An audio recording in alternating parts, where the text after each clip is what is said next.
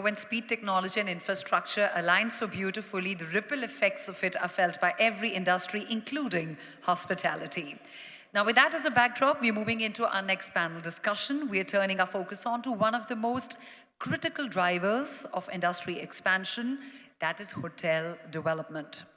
Hotel development reloaded, new markets, new models, new mindset brings together global and Indian development leaders to discuss how investment strategies, partnership models, and emerging destinations are redefining the next wave of hotel growth.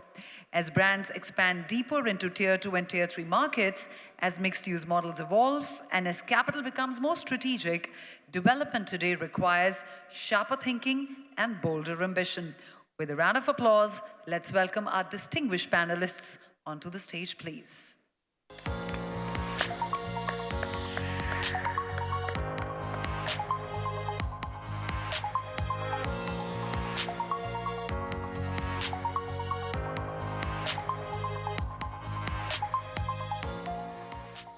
We have Clarence Tan, Senior Vice President, Development APAC Hilton, Mr. Omar Romero from Minor Hotels, Mr. Sameer Nair from Oberoi Hotels, Suma Venkatesh from IHC, Mr. Vikram Lalvani from Sterling Holiday, and Akash Datta drawing the best out of each of them. Thank you, Ritika. Good afternoon, everyone. It's great to be here. I think our panel is just before lunch, right? And I'm sure it's going to be the most interesting as all of us are looking at growth. And that's something that's no longer a debate, really. But I think it's important to understand not that what growth is coming, but how is it happening for us. We are entering new markets, testing new market models. And there is a sense that needs to be a new mindset that sets in. Clarence, with all our growth that we're seeing in Tier 2, Tier 3 markets, right? You've had the opportunity and to look through the lens of growth in China, especially in the Tier 2, Tier 3 markets. Are there any blind spots that you feel from a growth perspective that we should be wary of? Okay. Good afternoon, everyone. I think India, with the opportunity to become the third largest lodging market behind the US and China, that's a lot of positive to be proud of. And from the panelists yesterday, we are trustees of this industry, and it's important that we continue to shape, participate, and contribute to the future of the Indian hospitality, which we are also privileged to be doing. If you compare us to China, China had a build and they will come syndrome. A lot of it was fueled by domestic consumption today, but in the past it was more about investment, about government wanting to grow in certain parts of China, and a lot of incentive being thrown around near highways, near train stations, and near airports. I don't think we are seeing the same phenomenon here today. Today we are very blessed with a very stable government, with the union budget that you see, the continued investment in infrastructure, highways, super rail corridors, allowing us to be more optimistic. And sitting down there with you the last 2 days, I almost wish that I could close my eyes and say, and fast forward, that now is 2030, where every single one of the statistics that's been thrown out there has come to life. And we are all here celebrating a next phase of Indian hospitality. So, as developers, I think we're all very bullish and we're all blue sky. I think if you ask me about blind spot, as my president said yesterday, I think there will be two that I can share. We may not notice it, but construction cost is slowly creeping up in the last 5 years. It may not be much now, but because construction cost has been kept very much affordable here in India. But it's been creeping up about 20–25%. The second is what the panelists has been discussing today. Workforce, the cost of labor, the scarcity of labor, the retention and training of labor. I think that's something that China is facing today, and it will probably mirror here when we get to the next 100,000 rooms of growth. Tier 2, Tier 3 cities, new markets. one of the challenges is we all believe there's a new market. Will the future employees want to work in those new markets? And how do we attract them into those locations, which may not be metros or tier 2, tier 3 cities? So these are the challenges that I foresee. Interesting. So let me ask you this, right? You earlier mentioned about a lot of investment growth happening in China, which led to supply development, right? So is the risk more in misreading the demand or misreading supply, the pace of growth? I would like to think it's a misreading of demand. Today, domestic tourism, which is fueling a lot of this excitement and growth, is 3 billion and expected to grow exponentially. And then you divide that by the population, right? Basically, everyone in this room takes 2 domestic trips. And you will go back and say, huh? There's only 2 domestic trips. With rising middle income, right, $2,500 to $5,000, that number of domestic trips will definitely go up. And if you add one more trip to everything, that's 4.5 billion trips. So I believe the demand is not being misread, but a lot of it is where are the demand going? Most of us will tell you we're after owner's returns and about stay occasions that Hilton is very proud of, right? We're not about growing for the sake of growing. It's about targeted growth, growing where the future demand is. To your point about future trends and new markets, we have to satisfy where the customer wants us for the different stay occasions and the different price points, which has been spoken about by the previous panelists, and how we continue to create that experience going forward. So essentially saying, don't just build and they'll come, but do your analysis, do your thought, but do build. Yeah, I think build to where they will go and build with trusted partners, then you know that will get the hotels built. Excellent. Suma, coming to you, ISL is in a unique position, right? You have multiple formats under which you operate, and your biggest strength is really the amount of capital that you can deploy. Is that something, is that a lens that you use to view the growth in emerging markets today? So just taking where he left and then getting into your question is there is huge growth, and growth is happening not in the traditional markets of, say, leisure markets of Goa, Rajasthan, Kerala, but it's going to newer destinations. And similarly, even business growth is happening in second-tier, third-tier markets.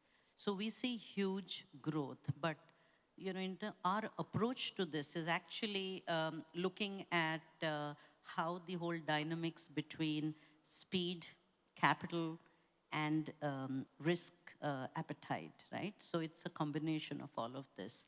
And depending upon which markets we go, what is the outcome that we are looking at? And what is the speed at which you want to make an entry into that market and get access to the customer base there? And just because there is capital, we are sitting on lots of money, but that doesn't mean we're just using money to keep doing more contracts. The focus is on efficient utilization of your capital that is available, and a very smart assessment of who can take what risk in those deals. Like, for example, our approach to all of this has been like multifold, I would say. Typically, greenfield developments are still happening. So we are not one of those companies just focused on asset light, what we call as asset right approach. So greenfield developments will continue to be there. That means we will invest our capital in building hotels.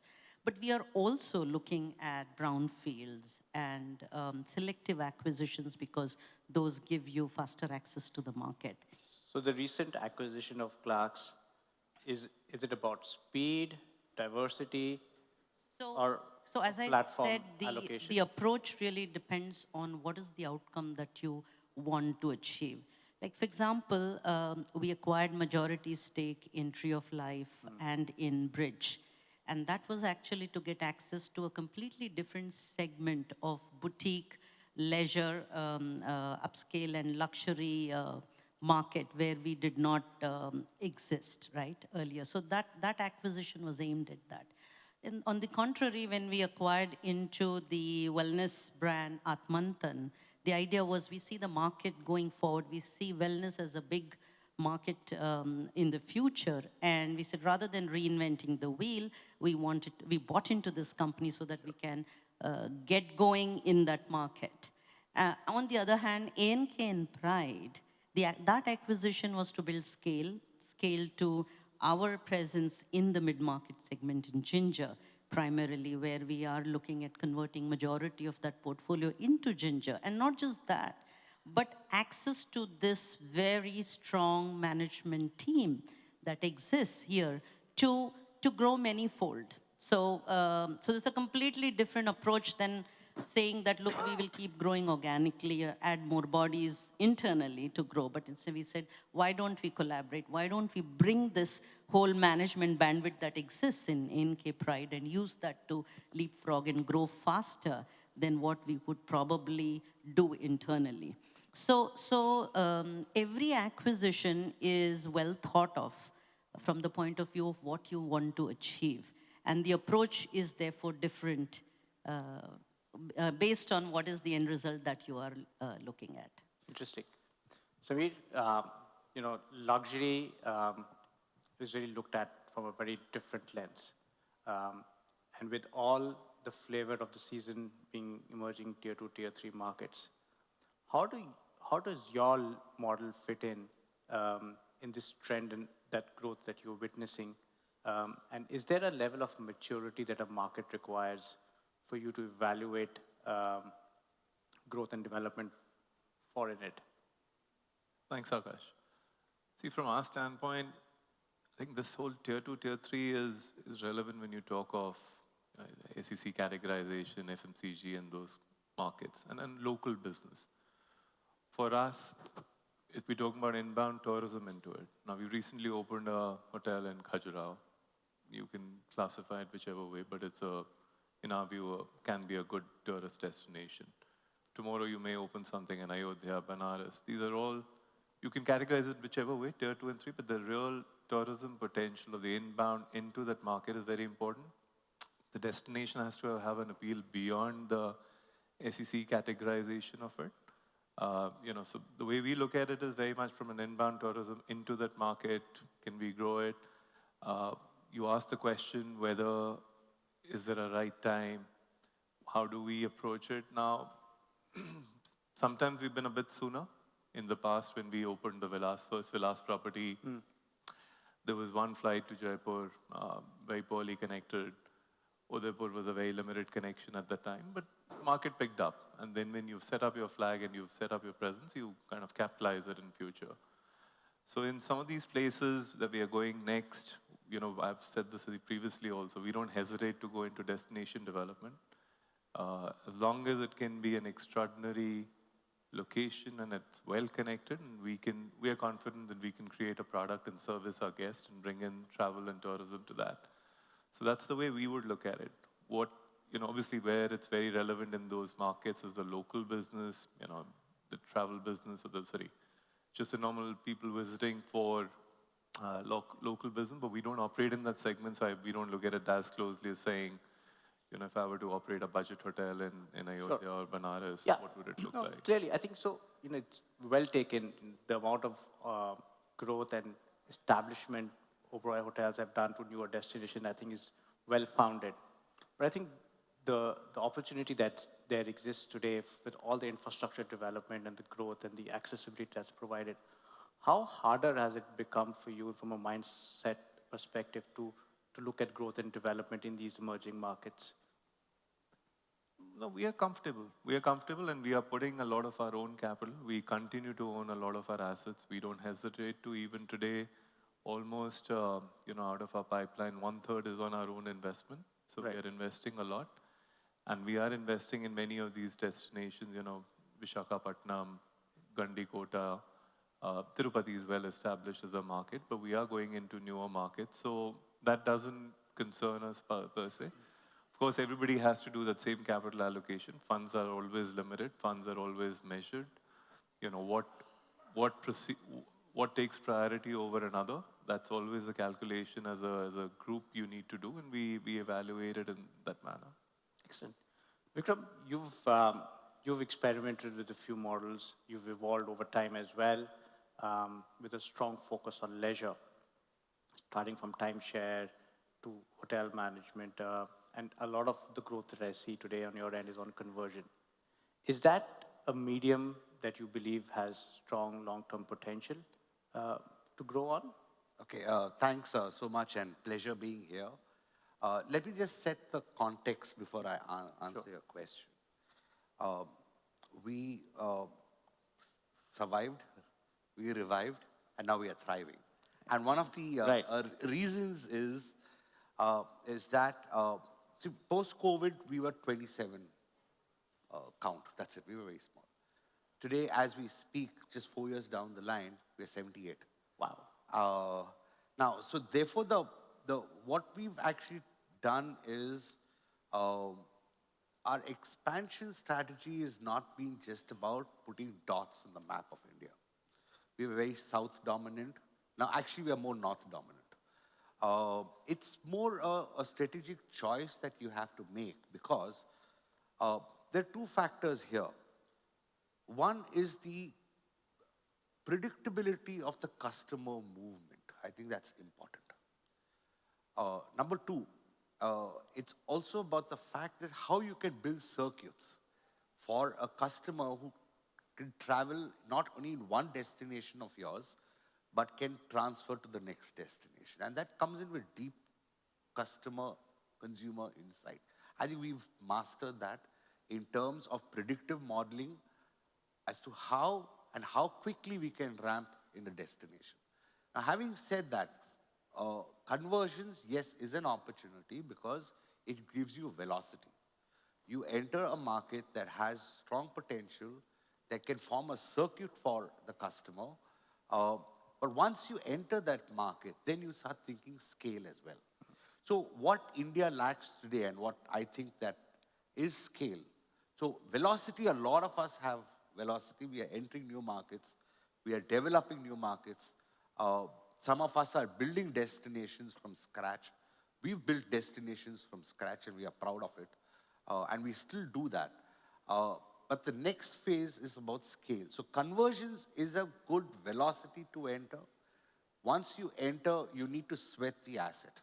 Now, whichever model you take a model of what we say, asset right, asset light, or etc. of that kind, I would say we should be asset smart. Now, in an asset smart situation, whether it's a conversion or a brownfield, it's about how you're underwriting your risks, number one. Your risk as well as the risk of the owner, if there is a partner involved. So my point is, yes, conversion is the opportunity. Can redo it the way you have to do it. And I think the chances of succeeding is far higher. Right. Omar, you're the newest kid on the block, right? And you've been aggressively trying to build yourself over the last 2 years, since I've known probably a bit longer as well. How has your perspective and thoughts on development in the country grown over these last 2 years? Is it the same, how you perceived it to be when you entered, to where we are today? And Akash, thank you so much, and good afternoon, everyone. Before I answer that, and it's true, we are the new kids in the block. Some people said you are a little bit late. I say better late than never, because that gives us an advantage. That gives us the advantage to understand the market better. Today we have a very conscious growth strategy that we have developed at Minor Hotels. And as many people know, today we have 600 hotels globally. We only have one in India. We opened Anantara Jaipur a little bit over a year ago now. It's been a massive success, and that was very encouraging for us because that shows that, one, we have the capability to deliver those results. At the end of the day, out of the 600 hotels that we are operating globally, we own 1/3. We lease 1/3, mostly in Europe, is the lease business that we have, and then we manage 1/3. So what that gives us is a very owner mindset focus when we're looking at our expansion plans. I don't disagree with all my colleagues here in the panel, in which, yes, we can talk asset right, asset light, but how we look at things is more like an asset manager. We put ourselves in the shoes of the owner and then analyze what is the best brand, the best market, the best project that will allow to give those returns to the owner. In the case of our Anantara in Jaipur, it's a massive success story. I think this property will get paid back in less than 4 years. With no residential is quite unheard in the market. And that's testament of the strength of our capability of delivery when we're the new kid on the block. So that now has allowed us to really look into markets, and I know we're talking about tier 1, tier 2, tier 3 destinations. For us, having the 12 brands that go from luxury to select, we have a very conscious growth strategy that will focus both in urban and leisure. Minor is perceived in India that we can only do leisure and we can only do leisure in luxury. That's true. We do leisure very well and we do luxury very well, but we have amazing brands like NH Hotels, which have an unbelievable track record doing urban properties in great locations, and we're very focused to do that in all destinations in India in the urban perspective. Now, when it comes to a brand like Anantara, we are not scared in any way to go into new locations, call it tier 3 and beyond. Why? Because we have a track record doing that as a company. We're the largest operator in the Maldives. We have properties in very remote areas in Africa, etc. So we believe that we can bring a lot of that expertise into the Indian market and deliver an experience that is unique and drive business to our owners. Interesting you say that, right? In a market where you have very established players, some of who are sitting across over here, how are the models of growth that you're looking through at? Is it only largely brand deployment through a management level, or are there structures that you're open to looking at that facilitate and increase your speed of growth? Thank you for asking me that. And one thing that we all need to understand from our side is we were founded by an entrepreneur, Bill Heineke. And that entrepreneurial spirit remains in the company as one of our core, part of our core values. So we tend to be very creative when it comes some way of doing business, as long as it makes sense. Are we focused mostly on asset light? Yes, correct. But we will consider doing, affiliation agreements. Are we going to be considering doing some strategic tie-ups with local players, et cetera, et cetera? Certainly, we're looking into that. But it goes also beyond that. If we look at some of the models that we're working on, we're very focused on mixed-use developments where we have hotel and branded residences. But not only that, we can do office because we have a track record of doing office in Thailand. We have retail because we have 3 verticals within our company that are focused on hotels, food. Minor owns, operates over 3,000 restaurants globally. And then our lifestyle division, we have fashion brands, private jet companies, and shopping malls. So this makes us quite a unique player because the level of expertise that we can bring into a development can add a lot of value to the owners. And another interesting fact to mention is for the mid-scale and select brands, we are also considering to do a sale and lease back model, which is, I believe, an attractive proposition for many developers because they could sell 100% of their portfolio and we can bring it back. This is not something new for Minor. We have a brand called Oaks in Australia that is, we call it managing letting rights, and we've been doing this for many years. So again, it's a model that we have expertise doing, and we believe we could roll this out in India as well. Interesting.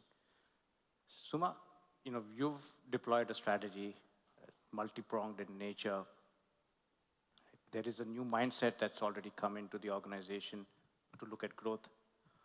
Are there areas of concern that keep you awake as this growth gets deployed into these locations? So the way we have been looking at growth is not just grow for the sake of growing. So we don't count rooms like, Mr. Chatwal said. you can't take rooms to the bank, right? So eventually, whatever growth that comes in has to go through many multiple filters and questioning that happens internally before it actually translates into a hotel. In terms of concerns, I would say that, look, at the end of the day, you may grow, you may sign, but one big mindset change is it doesn't stop at signing, right? Eventually, you want those hotels to open, to operate. So, so there is a sharper focus on opening of those hotels, and I think I have my colleague here, Deepika, with whom I work very closely on actually converting all these signings into openings, and thereafter ensuring that they operate at the levels that you expected them to. So while these are not areas of concern for us, these are areas where you could drop the ball. And therefore, we are focusing sharply on these so that you don't drop the ball. It's like a relay, right? Relay of multiple activities. And how do you ensure that what you assign gets opened and what you open performs to the level that you want? So this is a constant process where we are, focusing our energies, having debates, conversations. The other big mindset that is driving all of this is that out there in the market, the developers, their mindsets are changing. While there's no major structural change, I would say behavioral changes you can see out there in the market. Gone are those days where people are building hotels only on return on ego.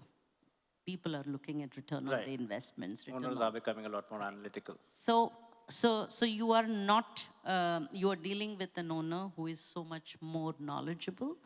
If he's still a first-time owner, you have enough consultants, asset managers who are educating. So you are dealing with an educated developer or an owner at the other end, and you have to approach it with that much sincerity when you're doing a So deal. I was coming to, has that made deal making a lot more harder?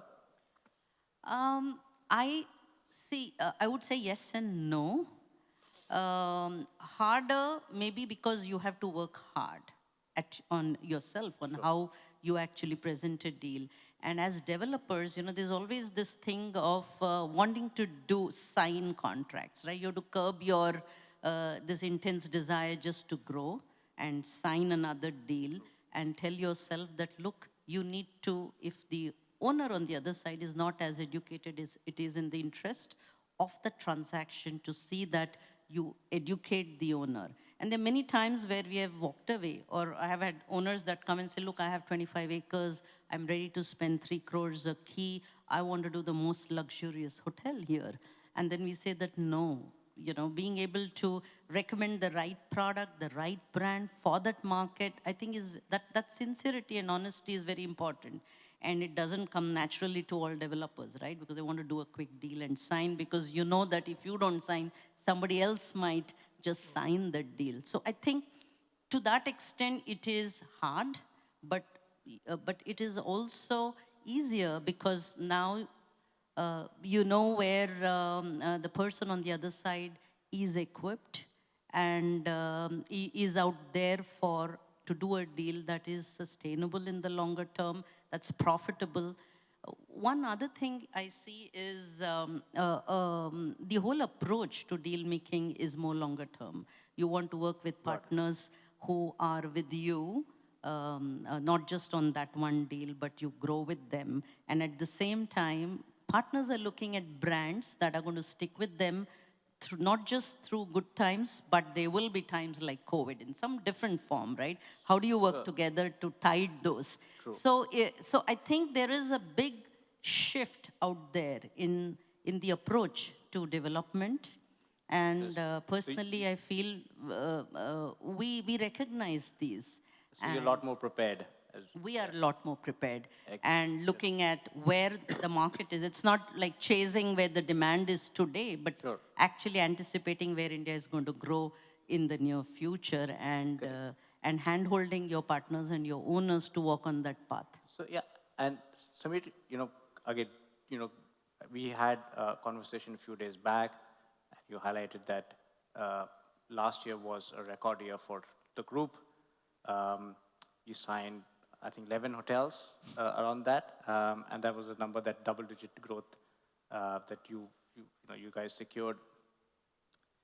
Is that a result of the mindset shift on within the organizations, that growth is something that we need to chase, but we still have need to do it in a very mindful manner, but be a lot more aggressive?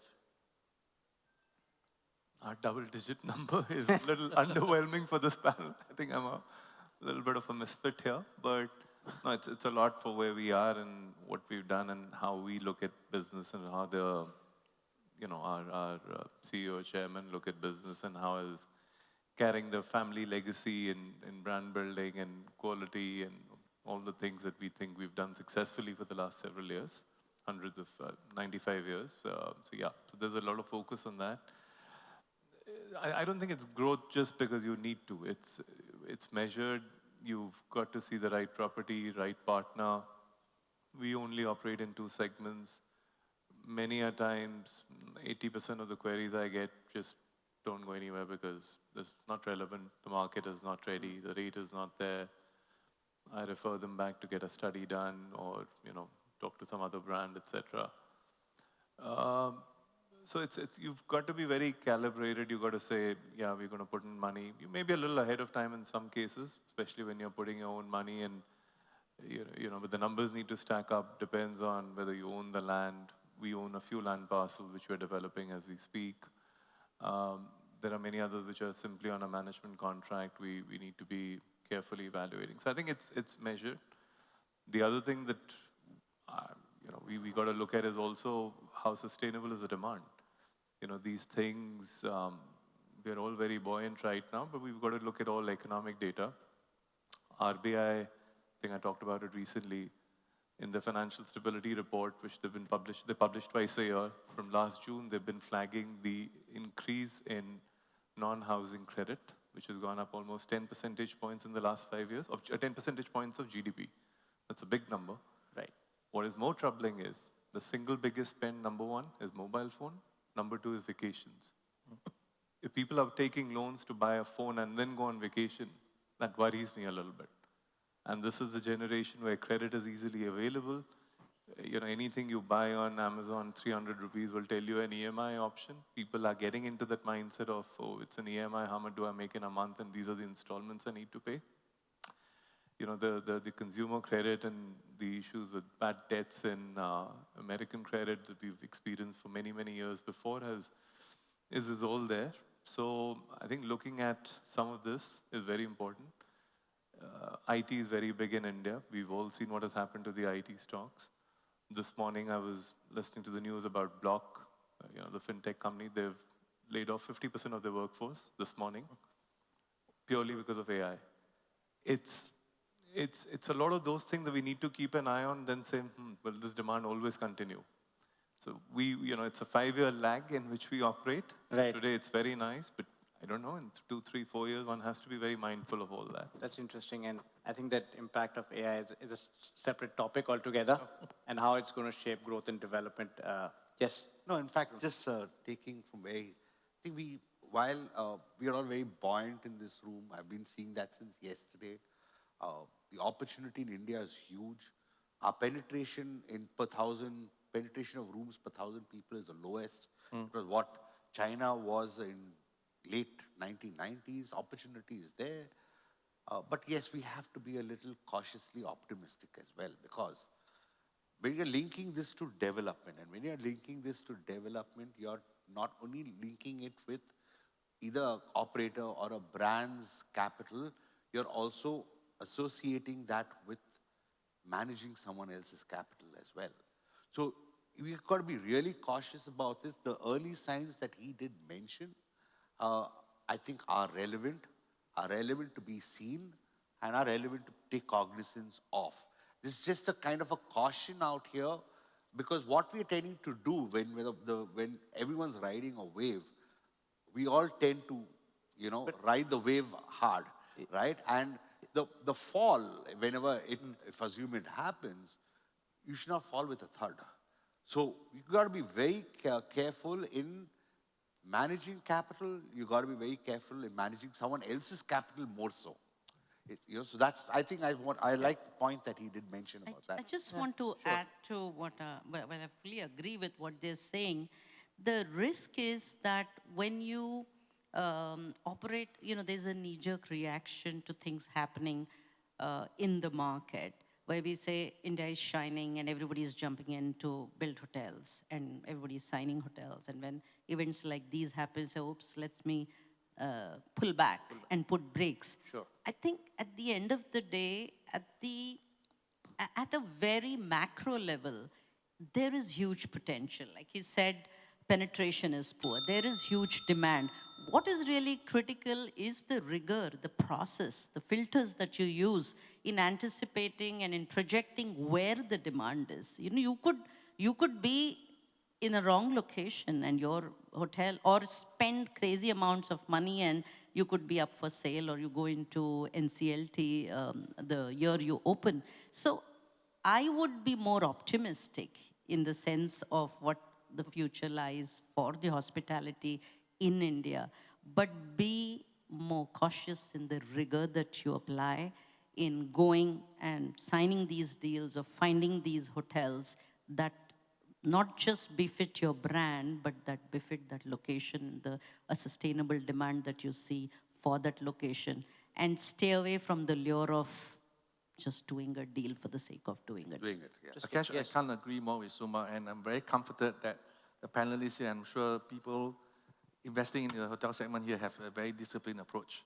What's been clear to me is that this industry in India is rather resilient, and you know from past mistakes what you will not repeat. But there are also things that we haven't seen or foresee going into the future in terms of new demand, right? The things that we showed in the backdrop earlier of Mark Mela and Kumbh Mela, those numbers are just mind-boggling. And for all you who have lived and grown in India, I don't think you have ever imagined 600 million people in one festival. And there'll be many more such things that will happen in the future. The other trend that I sort of spotted was this mixed generation travel. In Asia, the average is about 6 in every 10 is a mixed generation travel.